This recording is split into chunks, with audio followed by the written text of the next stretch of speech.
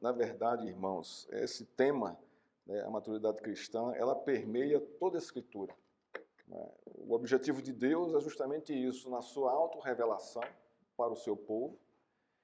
Ele espera que o seu povo o conheça e o amadureça, e se amadureça através desse conhecimento, para uma relação mais profunda com Ele, uma relação mais consistente, mais firme com Ele. E não só com Ele, também uns com os outros, que se nós temos maturidade cristã, irmãos, a gente vai viver bem com todas as pessoas, sem exceção. Sem exceção. E a Bíblia está ensinando isso e está nos chamando a isso. Quando ela fala para nós amarmos os nossos inimigos, não é? Está falando isso é maturidade cristã. Você sabe que é seu inimigo, que ele quer o seu sangue, mas você se quebra diante de Deus, diante do Senhor, orando por ele. Isso é atitude de maturidade cristã. Você reconhece de que você era inimigo de Deus e mesmo assim Deus lhe alcançou por sua graça e misericórdia. Mesma coisa. Capítulo 2, versos 6 e 7. Nós vamos tratar desses dois versos hoje aqui, irmãos. Diz assim a palavra de Deus. Colossenses capítulo 2, versos 6 e 7. Ora, como recebestes Cristo Jesus, o Senhor, assim andai nele. Nele radicados e edificados, e confirmados na fé, tal como fostes instruídos, crescendo em ações de graça. Esses dois versos aqui, vamos orar ao Senhor. Pai, estamos diante da Tua palavra, Senhor, da revelação de Jesus Cristo, dos tesouros contidos nele, da sabedoria contida nele, Senhor.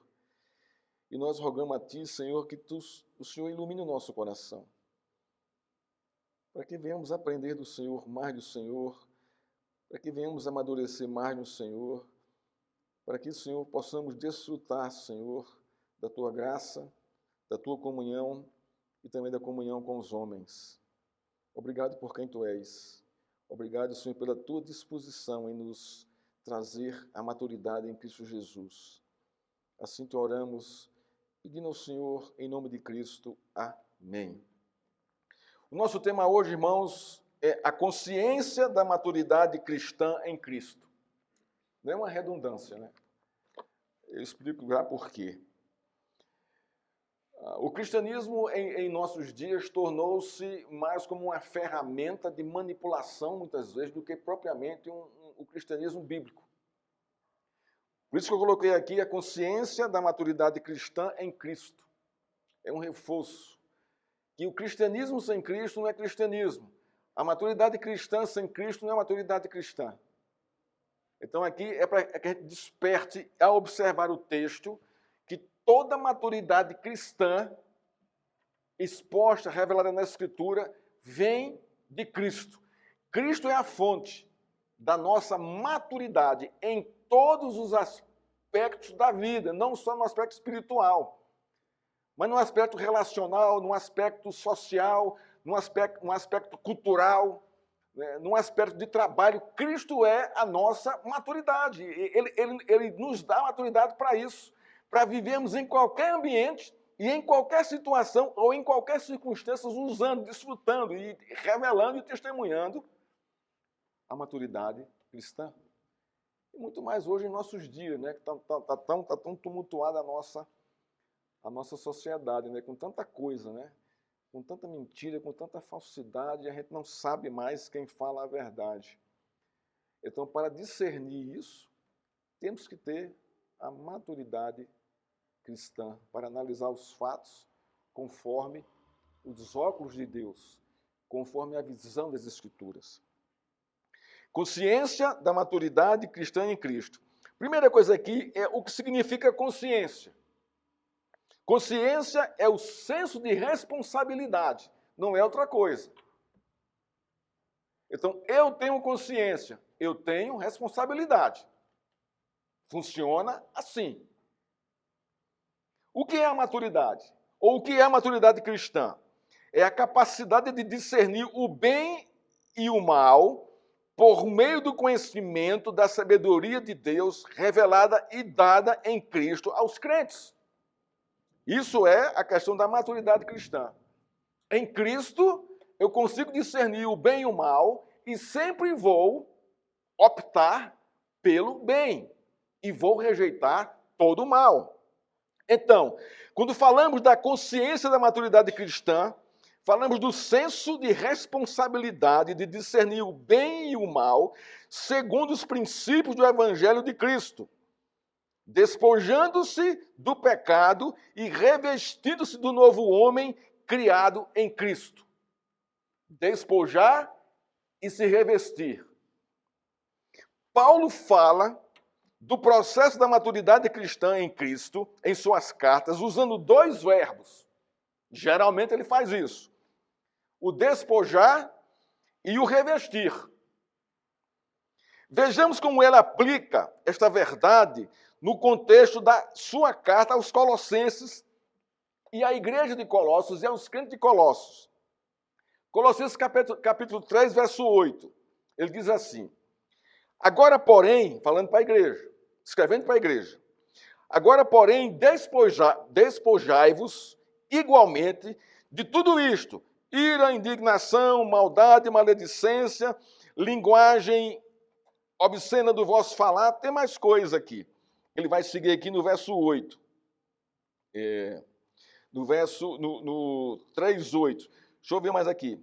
Não mentais uns aos outros, uma vez que vos despiste do velho homem com seus feitos.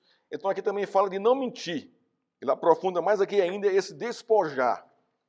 No capítulo 3, verso 12, seguindo aqui na mesma sequência da carta, aqui no mesmo contexto do capítulo 3, ele diz assim: portanto, como eleito de Deus, santos e amados, revistam-se de profunda compaixão, de bondade, de humildade, de mansidão e paciência. Joguem fora o velho homem e agora se revistam do novo homem criado em Cristo, que tem esses sentimentos e essas atitudes: profunda compaixão, bondade, humildade, mansidão, paciência, e por aí vai. Quando Paulo aponta para o despojar e o revestir em suas cartas, não só aqui em Colossos, tem outras cartas também, está falando do processo da maturidade cristã em Cristo, que todo crente fiel deve colocar em prática. Isto é, a consciência da graciosa eleição de Cristo exige do cristão o despojar-se do pecado e o revestir-se do novo homem recriado em Cristo. Essa consciência ativa e constante do despojar-se do pecado e do revestir-se do novo homem criado em Cristo identifica a maturidade cristã em Cristo dos crentes. A Bíblia afirma que Cristo é a fonte de toda sabedoria e conhecimento. Nele se encontra todo o tesouro de Deus com respeito à maturidade cristã. Mas como eu vou despojar de mim o pecado? É uma boa pergunta para o texto e para Paulo. Se eu estivesse ouvindo Paulo pessoalmente, eu ia levantar a mão. Como eu vou fazer isso? Eu amo a Deus, mas como é que eu vou me despojar dessa coisa entranhada em minha carne, em meu coração, que a vontade que eu tenho de arrancá-la assim com as unhas? Paulo vai dizer: com o poder do Espírito Santo habitando no crente fiel, Deus derrama o poder para o crente se despojar do pecado e de se revestir do novo homem criado em Cristo. É o Espírito Santo em nós que vai se mover, que vai mover o nosso coração, né, a abandonar e a nos despojar, arrancar de nós a velha roupa do velho homem e nos vestirmos com as novas roupas trazidas por Cristo, o despojar e o revestir-se pelo poder do Espírito Santo, irmãos. Olha, isso é de uma graça tremenda, a gente não tem noção disso. A gente geralmente olha para o Espírito Santo e acha que é aquele que dá poder para evangelizar, como está lá em Atos 1:8. E recebereis poder e obedecer sobre vós o Espírito Santo, sereis minhas testemunhas, tanto em Jerusalém, Judéia, Samaria e até os confins da terra. E a gente limita o Espírito Santo àquele contexto. Mas não é só isso, irmãos. O derramado poder de Deus em nós, pelo seu Espírito Santo, é muito mais amplo, é muito maior. A dimensão desse poder vai muito além de apenas testemunhar a Cristo nos confins da terra. Mas tem a ver com a conquista do Espírito Santo do nosso coração. Essa é a terra que tem que ser primeiro conquistada pelo Espírito Santo para poder sairmos para evangelizarmos. Por isso que ele está lá, para que a gente se despoje do velho homem e se revista do novo homem criado em Cristo. Isso me encanta, porque isso é projeto de Deus. Não dependeu de você para isso, é Ele que está derramando isso. E nos levando a isso, nos ensinando a isso, a nos despojarmos de velhas práticas arraigadas dentro de nós, que são pecados, e nos dando algo novo em sua graça, em sua comunhão. Agora, preste atenção. Não devemos confundir maturidade cristã em Cristo com os anos de vida cristã. Ah, pastor, eu sou maduro do Senhor, eu sou maduro em Cristo, eu tenho 40 anos de crente. Isso não significa absolutamente nada. Isso não aponta a sua maturidade. Não vai apontar isso. Não pense que maturidade tem a ver com as experiências espirituais e emocionais. Não tem. Olha para a igreja de Corinto. Uma igreja cheia de dons, de manifestações espirituais.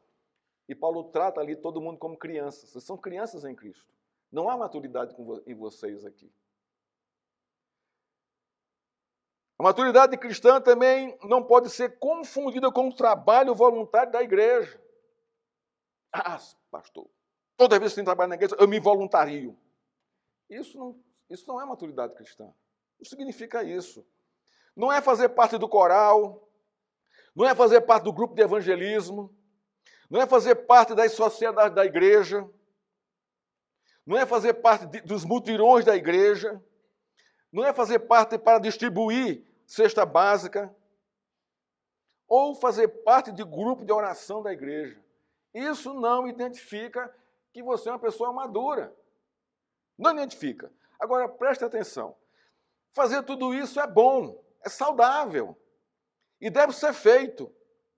Mas isso não identifica a maturidade cristã de um crente. Não identifica.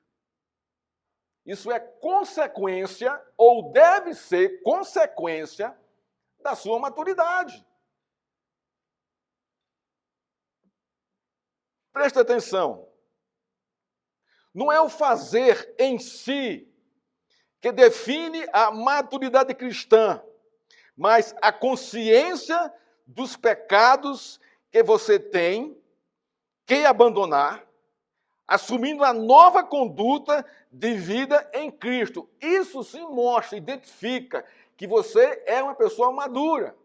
Reconheça a sua natureza, reconhece que recebeu a nova natureza de Cristo em sua vida e que você precisa abandonar pecados para que você viva em plena comunhão com Ele. E testemunhando isso. E se envolvendo com a igreja, com maturidade. Se observarmos com cuidado o despojar e o revestir-se de Cristo, vamos entender que o caminho da maturidade cristã passa por essa tomada de decisão pessoal. Você que tem que tomar a decisão do despojar do pecado, do se revestir de Deus. E Deus lhe deu as ferramentas para isso. A maturidade cristã não acontece com Cristo trabalhando de uma só vez com toda a igreja uniformemente. Não é assim que funciona. A maturidade cristã é responsabilidade de cada crente, sob o poder do Espírito de Cristo, governando a sua vida. Então é algo pessoal. A minha maturidade cristã não depende da sua, não depende da sua, não depende de ninguém, depende de mim mesmo. Essa consciência responsável de que o meu viver agora é movido pelo governo de Cristo. Eu morri para mim mesmo. Cristo vive em mim. O que é que Paulo diz? Qual é a sua mensagem central no capítulo 1 de Colossenses? Cristo em vós, a esperança da glória. Ora, se Cristo está em vós, logicamente, é Ele que vai governar a sua vida, não é você mais. E aí esse discernimento vai trazer, vai pontuar a sua responsabilidade, graças a Deus, em Cristo, para você viver conforme a sua palavra. O mandado de Deus para você, para o crente é: despoje-se do velho homem e revista-se do novo homem criado em Cristo.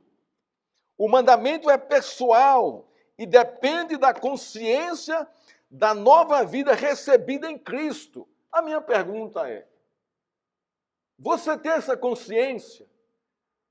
Essa realidade de que você nasceu em Cristo, você é uma nova criatura, ela consome a sua consciência, ela consome o seu coração, que você não é mais o que era antes, e nem pode ser mais o que era antes, que você agora caminha segundo o mover, o governo do Espírito Santo dele em sua vida. Cristo nos transportou do império das trevas para o reino do seu amor. Nós estamos aqui agora com Ele, reinando. Então, a maturidade cristã depende da consciência responsável da nova vida recebida em Cristo. Evangelho, compromisso, aliança, está tudo aqui, irmãos. Essa consciência responsável de que Cristo me fez uma nova criatura. As coisas velhas passaram. Tudo se fez novo. Tudo é tudo. É o modo de você pensar, é o modo de você falar, é o modo de você agir, é o modo de você ver as coisas, é o modo de você reagir, é o modo de você agir, é o modo de você falar. Tudo se fez novo. Por meio de quem? Do novo nascimento em Cristo, uma nova criatura em Cristo. Fomos recriados nele, para ele, por ele. E vivemos hoje nele, porque o seu Espírito habita em nós. Cristo em vós, como mais uma vez Paulo falou aqui no capítulo 1 de Colossenses, a esperança da glória. Irmãos, isso deveria nos encher de gratidão e aleluia a Deus. Porque, irmãos, nós estamos caminhando para sermos iguais a Cristo. Esse é o projeto de Deus, essa é a nova humanidade de Deus. Filhos iguais a Cristo. Um povo de Deus igual a Cristo. Os filhos de Deus iguais a Jesus. Isso começa aqui, irmãos, comigo e com você. Deus trabalhando no nosso coração. Deus deu à sua igreja todas as ferramentas em Cristo para que ela use em prol da sua maturidade cristã, para que ela viva dias felizes até a segunda vinda de Cristo, independentemente das circunstâncias. Olha o que Paulo diz aqui. Ora, como recebestes a Cristo Jesus, o Senhor, andai nele. Mas é um recebeste antes. Cristo foi lhe dado. Você recebeu porque foi dado. Isso me encanta, irmãos. Isso me encanta. Porque eu tenho a consciência de que eu era um pecador, desgraçado, miserável, ia para o inferno, sem qualquer esperança na vida. Quando Quando eu lembro aqui do meu passado, irmãos, eu tenho vergonha. Me dá uma tristeza profunda, hoje. E naquela época eu me achava o cara. E não era nada disso, irmãos.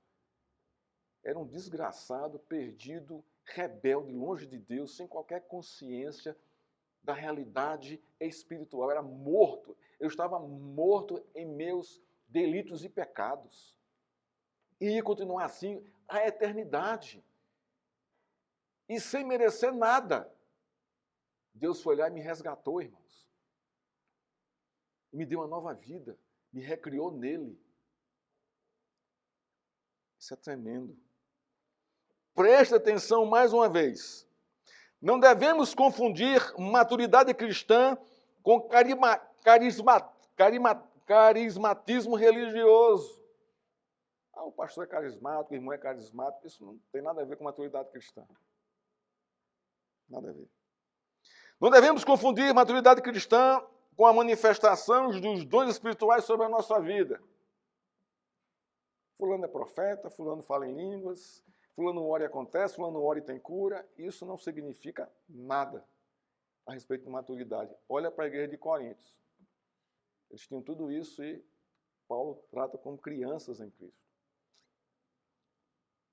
Não devemos confundir maturidade cristã com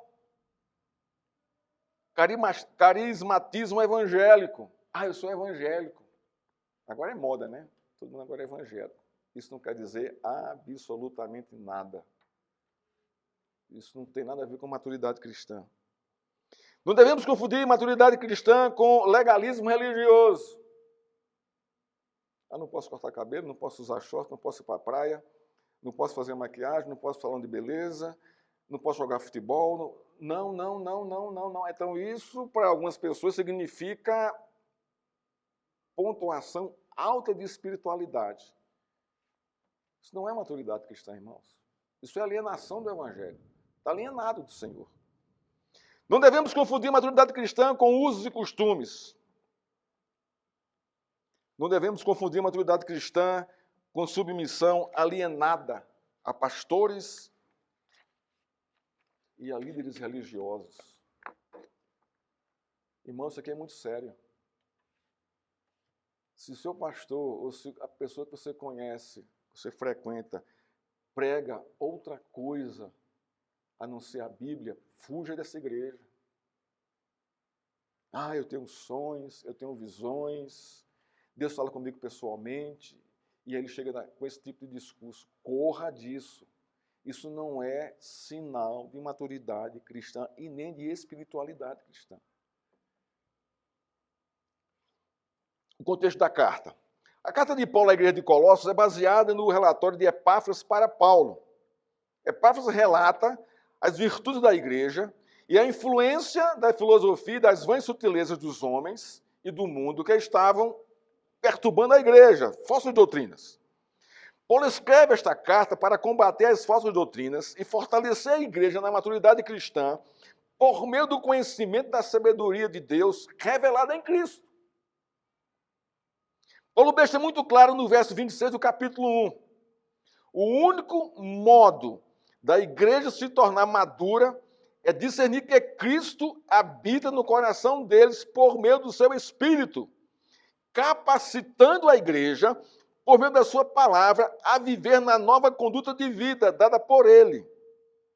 Fora desta verdade, os crentes não tinham como combater as falsas doutrinas e amadurecer na vida cristã. Mais uma vez, o centro é Cristo na nossa vida. Vamos aqui ao texto. Paulo começa o verso 6 do capítulo 2 com um portanto em algumas tradições. Aqui é ora. Tanto faz. Ora ou portanto. Encerrando sua instrução anterior e fundamentando agora a sua nova instrução. Então, Paulo encerra um assunto no capítulo 1 e vai agora abrir um novo assunto no capítulo 2, fundamentado no que ele falou no capítulo 1. E a mensagem do capítulo 1 é: Cristo em vós, a esperança da glória. O que ele vai dizer agora? Ora, como recebeste Cristo, então, como Cristo habita em vocês agora,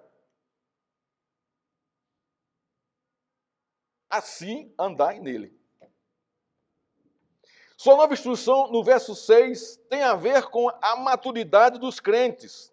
Ele diz, ora, como recebeste Cristo Jesus, o Senhor, assim andai nele, nele radicados e edificados e confirmados na fé, tal como fostes instruídos, crescendo em ações de graça. A Bíblia NAA, ela comenta esse texto, ela diz o seguinte, Paulo chama os colossenses de volta aos ensinos fundamentais que foram transmitidos por Epáfras. Quando Deus os tornou crentes em Cristo, o núcleo deste ensino está na confissão de que Jesus Cristo é o Senhor. Paulo usa a imagem de uma árvore enraizados e da construção civil edificados para lembrar à igreja o firme fundamento da fé. Agora, veja que coisa interessante aqui. Qual é o foco principal desse verso 6 aqui? É a confissão da igreja. É a confissão de cada crente. Cristo, Jesus Cristo é o Senhor. Esse aqui é o ponto. Ora, se Cristo é o Senhor, e eu confesso isso, e eu professo isso, o que é que eu estou dizendo com essa minha confissão? Concordo com o comentário da NAA, dessa Bíblia aqui, quando ressalta a confissão básica dos crentes. Jesus Cristo é o Senhor. Todo o crescimento cristão depende da consciência e da aplicação desta verdade confessional. Jesus Cristo é meu Senhor. Se Ele é meu Senhor, implica que eu sou seu escravo e devo fazer tudo o que Ele manda. No contexto aqui, é andai nele. Mas há uma confissão que precede essa ação de andar nele. Eu já confessei, Ele é o meu Senhor. O foco de Paulo no verso 6 é trazer para a igreja a consequência básica da confissão do senhorio de Cristo. Andai nele. Andai nele, irmãos. Andai no novo homem criado nele. Isso que ele está dizendo aqui. Despojem-se, revistam-se. Despojem-se do pecado, revistam-se de Cristo. Os crentes de Colossos não tinham outra opção para testemunhar a sua fé e a maturidade cristã. Os verbos enraizados e edificados, no verso 7, em Cristo, é o fundamento básico do andar em Cristo. Olha o que diz aqui. Ora, como recebeste Cristo Jesus, o Senhor, andai nele. Nele, radicados e edificados. Em outras traduções, enraizados e edificados. David E.F. Burt, um comentarista falando sobre esse verso, ele diz o seguinte: andar no Novo Testamento, e especialmente nos escritos de Paulo, refere-se à maneira como uma pessoa se comporta, tem a ver com seu estilo de vida. O crente deve andar como Cristo andou, seguir o seu exemplo, viver segundo os seus critérios, confiar na sua palavra e nas suas promessas, obedecer aos seus mandamentos e conduzir sua vida de acordo com os seus ensinamentos.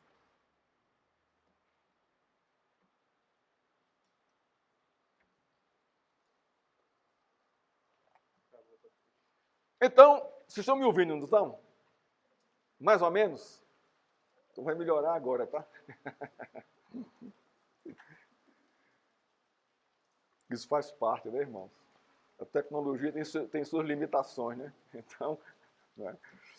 Então, irmãos, eu concordo aqui com o comentário de Burt, quando ele fala aqui que o andar em Cristo, né, é seguir o seu exemplo, é viver segundo os seus critérios, é confiar na sua palavra e nas suas promessas, obedecer aos seus mandamentos e conduzir sua vida de acordo com os seus ensinamentos. Isso é andar nele. Por quê, irmãos? Porque fomos criados nele, ou fomos recriados nele.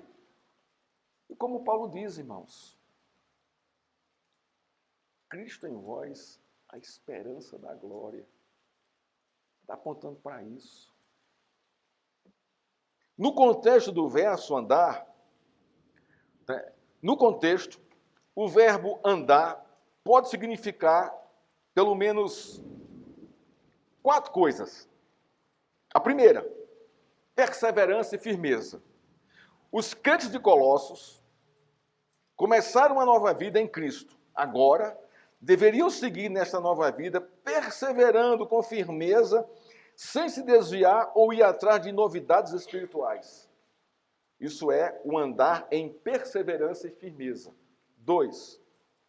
Andar também significa viver, conforme o contexto aqui, no novo estilo de vida.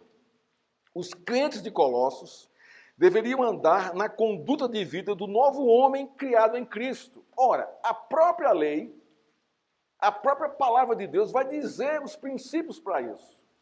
Como nós vimos aqui, despojos do pecado se revista de compaixão, de humildade, de mansidão, de bondade. 3. O andar, aqui no contexto do texto, também pode significar comunhão intensa. Que não tem como, irmãos, eu andar com Cristo sem ter comunhão com Ele. Não tem como, não tem fundamento para isso. Porque se meu andar nele, eu preciso ter comunhão com Ele. Os crentes de Colossos foram reconciliados com Deus por meio de Cristo. Agora, deveriam viver num intenso relacionamento de comunhão com Ele, cuidando dessa relação com temor e tremor. Não tem como andar com Cristo sem ter uma comunhão intensa com Ele. Leia a palavra, medita a palavra, você ora, você canta louvores, você se submete aos seus ensinos. Comunhão com Ele o tempo todo. Você o adora, você o obedece. Comunhão, irmãos. E 4, por final, andar em Cristo também tem a ver com progresso e avanço. Irmãos, o Espírito Santo não é estático, ele é dinâmico. Ele foi o autor de toda a criação, ele é criativo, ele é proativo, ele é dinâmico, ele entende de progresso e de avanço espiritual. Os crentes de Colossos receberam a revelação da sabedoria e do conhecimento de Deus em Cristo e a graça da habitação do Espírito de Cristo neles. As ferramentas para progredir e avançar na maturidade cristã em Cristo foram dadas por Deus. Não há espaço para eles estagnarem e retrocederem e negligenciarem a busca da maturidade cristã. Isso tem a ver comigo e com você, irmãos. Se Cristo habita em mim e em você, não há como a gente permanecer na mesma vida ou na mesma vidinha que nós recebemos quando nós recebemos a salvação. Não tem como. Temos que caminhar, temos que progredir, irmãos, porque isso traz alegria para a gente. Nossa, venci esse pecado. Nossa, que bênção Deus está me dando aqui. De comunhão, de relacionamento, de prazer, de alegria diante do Senhor. Progresso no Senhor. De submissão. A palavra vai entrando no meu coração e eu vou tirando, botando para fora aquele que não presta. A palavra vai entrando em meu coração, eu vou pondo para fora o que não presta e meu coração vai se dilatando em Deus e a minha maturidade vai avançando e crescendo e progredindo. Então não são as circunstâncias que vão me derrubar. Não mais as circunstâncias, não mais uma cara feia do irmão para mim. Não mais qualquer intriga. Porque a minha maturidade cristã, ela vai passar por cima de tudo isso. Progresso de maturidade cristã, irmãos. Nos relacionamentos pessoais, honrar os outros, perceber o limite dos outros, e não deixar de amar. Dentro da igreja, a comunhão com os outros. Irmãos, a igreja deveria ser o lugar de maior comunhão com Deus e com os outros. Numa intensidade clara, transparente, bonita, respeitando-se uns aos outros em seus limites, e se amando uns aos outros aqui em seus limites. Isso é maturidade cristã. ajudando, compadecendo-se uns com os outros, mutuamente. Observe que Paulo começa o verso 6 dizendo: ora, como recebeste Cristo Jesus, ó Senhor. Ele fala aqui da messianidade de Jesus, que morreu pela igreja, e como Senhor agora, aquele que ressuscitou e foi exaltado às alturas e recebido no céu. Agora ele é Senhor da história. Ele é Senhor de todas as coisas. Ele é o Rei do Rei e o Senhor dos Senhores, como está lá em Apocalipse. Isso significa que os crentes de Colossos começaram a nova vida em Cristo, agora deveriam seguir nesta nova vida sem desviar-se atrás de sonhos, visões e culto de anjos e do legalismo religioso e das vãs filosofias e das tradições culturais dos homens. Isso não vale a pena seguir, porque Ele é o meu Senhor, é o que Ele fala em Sua palavra, e eu me submeto. 2. Os crentes de Colossos, como receberam a Cristo como Senhor, deveriam andar na nova conduta de vida do novo homem criado nele, despojando-se de todo pecado e revestindo-se da conduta de Cristo. 3. Assim como recebestes a Cristo, Jesus o Senhor, os crentes de Colossos foram chamados pela fé em Cristo, agora deveriam viver em comunhão diária com Ele, cuidando desse relacionamento com carinho, com zelo e temor. Já falamos isso aqui anteriormente, aqui é só uma repetição. Os crentes de Colossos receberam revelações de que a vida cristã avança e progride em Cristo, e que não há espaço para estagnar e nem retroceder, mas progredir na maturidade cristã até a segunda volta de Cristo. Irmãos, está aqui. Ora, como recebeste Cristo o Senhor, andai nele. No verso 7, Paulo aponta para o que confirma a fé do crente em Jesus Cristo, o Senhor. Ele usa 5 verbos que apontam a ação do Evangelho de Cristo na vida dos crentes de Colossos. Então vamos ver aqui cada verbo aqui. Primeiro verbo, radicados nele, significa ser fortalecido pela sua raiz.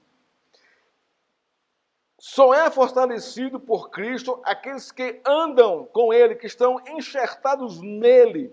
Se verdadeiramente o crente está sendo fortalecido por Cristo, os frutos da nova vida devem brotar em abundância.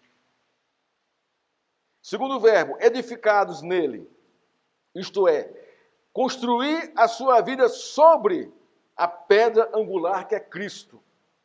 Paulo explica isso melhor em Efésios capítulo 4, versos 13 e 16, quando ele diz: até que todos cheguemos à unidade da fé e do pleno conhecimento do Filho de Deus, ao estado de pessoa madura, à medida da estatura da plenitude de Cristo, para que não mais sejamos como crianças, arrastados pelas ondas e levados de um lado para outro por qualquer vento de doutrina, pela artimanha das pessoas, pelas astúcias com que induzem ao erro, mas, seguindo a verdade em amor, cresçamos em tudo naquele que é a cabeça, Cristo, de quem todo o corpo, bem ajustado e consolidado, pelo auxílio de todas as juntas, segundo a justa cooperação de cada parte,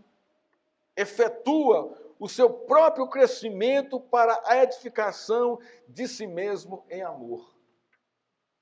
Irmãos, esse texto de Efésios aqui, a gente poderia passar um ano inteiro pregando sobre ele, de tanta graça, tanta verdade contida aqui. Mas eu quero chamar aqui a nossa atenção é para o final do verso 16 de Efésios capítulo 4.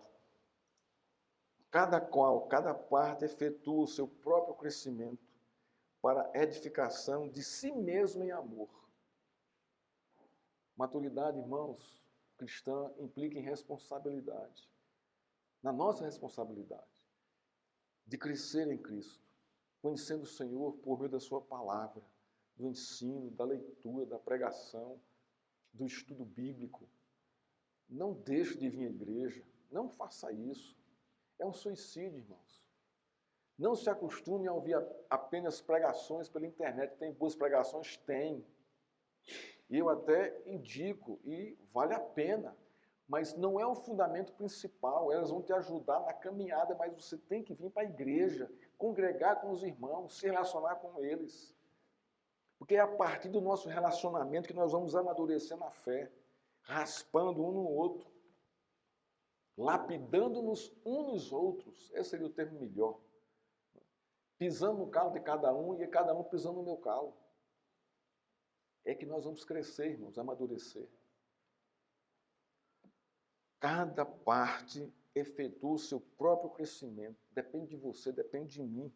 Para a edificação de si mesmo em amor. Isso aqui é tremendo, irmãos. Maturidade cristã. Esse é o desejo de Paulo para a igreja de Colossos. E não só para lá, também para a nossa. Esse é o desejo de Cristo para a nossa vida aqui. Um outro verbo aqui, confirmado nele, radicados e edificados. A minha tradução a tradução que eu usei é confirmado, mas também pode ser que edificados, como está na sua tradução. É a mesma palavra, é o mesmo verbo. Confirmado nele. Isso significa que o crescimento e a maturidade cristã deve ter a ver com a aplicação na vida diária do que temos aprendido de Cristo. Irmão, se você escuta a palavra de Deus e você não aplica a sua vida, conhecimento por conhecimento não vai lhe levar à maturidade cristã nenhuma. Olha o que Timóteo, a segunda carta de Timóteo, Paulo fala para Timóteo na segunda carta, capítulo 3, verso 7. Ele aqui falando dos crentes da igreja que Timóteo pastoreava, provavelmente a igreja de Éfeso, diz assim, que estão sempre, quem? Esses irmãos, esses crentes, aprendendo e nunca conseguem chegar ao conhecimento da verdade. Estão sempre ouvindo a teologia, sempre ouvindo de Jesus Cristo, de Deus, estão sempre ouvindo os princípios, a palavra, a lei, a doutrina, sempre ouvindo. Estão sempre conhecendo, mas não tem qualquer aplicação na vida deles.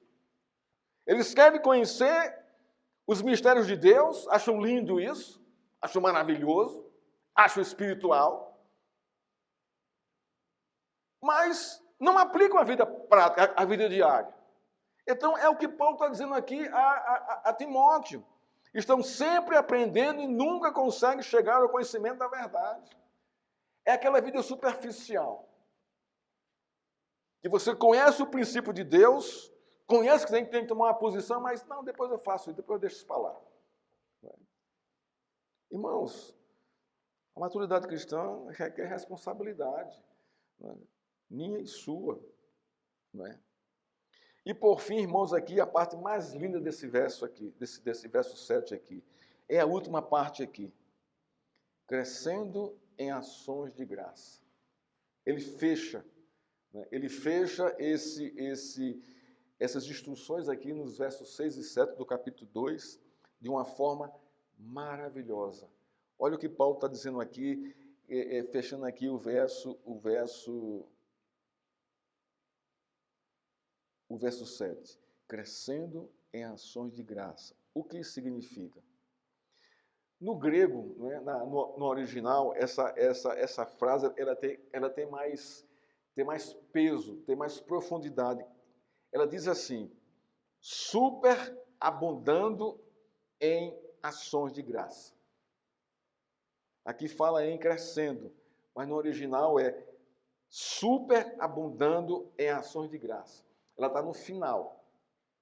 O seu andar com Cristo vai resultar numa superabundância de gratidão a Ele. É isso que Paulo está dizendo aqui. A principal característica da maturidade cristã é uma vida que abunda de gratidão por Cristo. A característica básica de uma vida, de uma pessoa que tem maturidade cristã, é que o seu testemunho de vida, né, superabunda de graça, de gratidão a Deus. Ao observarmos toda a construção dos versos 6 e 7, do capítulo 2 de Colossenses, e perceber a graça abundante de Deus em Cristo, derramada sobre os crentes de Colossos, Paulo revela a sublime característica daqueles que têm a consciência da maturidade cristã, a superabundante gratidão a Deus por tudo que Ele está fazendo por você e pela igreja. Ora, como recebeste a Cristo, Deus deu a Cristo a mim e a você. O Senhor, Ele vai governar a nossa vida para o bem. Andai nele. Esse andai aqui, irmãos, é um verbo no tempo perfeito. Nós não temos isso no português. Mas é um verbo de plenitude. Quem está nos levando a andar em Cristo, irmãos, é o próprio Cristo, é o próprio Deus que nos leva a isso, que nos constrange a isso. Perfeita é a aplicação desse verbo para a nossa vida. Por isso que Paulo encerra aqui no capítulo 7 dizendo isso. Crescendo em ações de graça, ou superabundando em gratidão a Deus por toda a obra de Cristo sobre a nossa vida. E ainda continua até hoje, até a sua segunda volta. Ou até que ele nos leve à sua presença. Então, irmãos, nós temos motivos demais para sermos gratos a Deus por tudo o que nós somos e o que nós temos. Tudo é graça de Deus sobre a nossa vida. Você é salvo em Cristo Jesus? Irmãos, esse motivo bastava. Para você estar o dia inteiro, todo o tempo, sendo grato a Deus por isso. E não deixar que a murmuração destrua a sua vida, destrua seu coração, corroa a sua comunhão com Ele. Não importa as circunstâncias, irmãos. O que Deus nos promete, irmãos, nem olhos viram. Ninguém viu a Nova Jerusalém, de tão grande e graciosa que é. Essa vida aqui é passageira, irmãos. Claro, é passageira, mas devemos tratá-la bem? Devemos. Testemunhando, sendo grato a Deus, crescendo no Senhor, né, proclamando o seu Evangelho. Mas a nossa riqueza não está presa a esse mundo. Isso vai passar tudo. E vamos ter novo céu e nova terra, criados por Cristo, para a sua nova humanidade, que somos nós, ressurretos plenamente nele.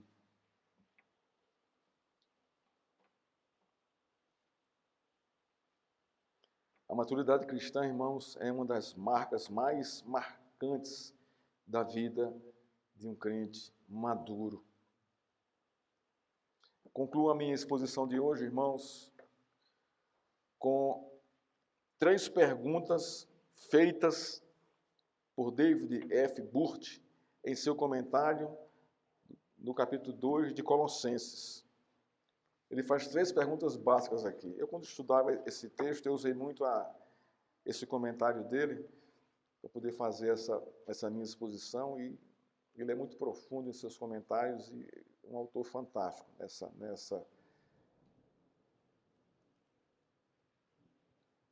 nesse tema. Então, a sua primeira pergunta que ele faz aqui, que ele traz no texto dele, que perguntou para mim, e eu vou trazer perguntando à igreja. Estamos determinados a seguir Cristo até o fim?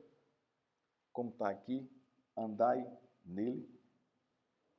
Vamos andar com Cristo até o fim? Estamos determinados a isso? Como nova criatura, despojando-nos do velho homem e revestindo-nos do novo homem? É uma atitude diária, mas estamos determinados, isso aqui que é o ponto. Há uma determinação na sua vida para isso. Ou você está levando em banho-maria a vida cristã? Tanto faz como tanto fez. Se acontecer, está bom. Se não acontecer, também está bom. Não é assim que funciona. Segunda pergunta. A nossa total confiança nele, como Senhor, de toda a criação e Salvador é absolutamente eficaz e ainda está intacta na minha vida, ou impacta a minha vida, eu vou ler essa segunda pergunta de novo. A nossa total confiança nele, aqui tem a ver com fé, a nossa total fé nele, como Senhor, de toda a criação e Salvador, aí tem a ver comigo, é absolutamente eficaz. A salvação de Cristo foi eficaz na minha vida, faz sentido na minha vida, fez mudança na minha vida, impactou a minha vida e ainda está intacta, não está manchada por outra coisa. Pela heresia, falsos deuses. É outra pergunta que tem a ver com andar em Cristo aqui. E a terceira pergunta dele. Depois de o termos recebido, foi nos dado, Deus nos deu a Cristo.